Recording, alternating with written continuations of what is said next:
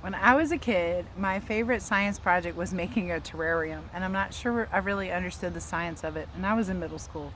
But anyway, I am going to show you, this is sort of a homemade terrarium. You see my doggies in the background.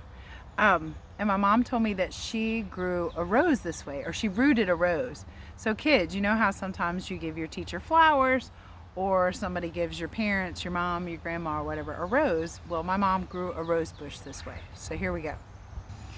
All right, I'm going to deconstruct it for you. This is a bottle, and I just cut it off. You can use a knife or scissors. If you are using a knife, be careful.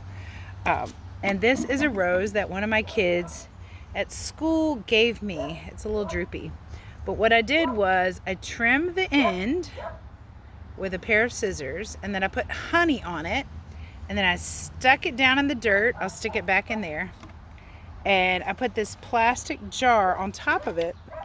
And what happens is, as you may remember learning in science, the water starts to evaporate up from the soil. It gets heated up by the sun, and it collects on the sides of this glass, and it waters the rose every day and keeps it nice and moist, because sometimes I forget to water it. And it should grow roots down in the soil, and then I'll have a rose bush that I can plant, which would be kind of cool, because then I would always remember I got a rose during Teacher Appreciation Week 2023 from Miss Sapala.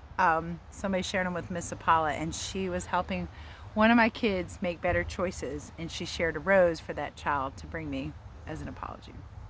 All right, I'll give you an update if this works, if I have an actual pink rose bush. And I'll remember this video, I'll give you an update. So thanks for learning with Miss Roseberry. See if you can make a homemade terrarium. You could put any kind of plant inside a plastic jar set in some dirt and see if it works. Have fun.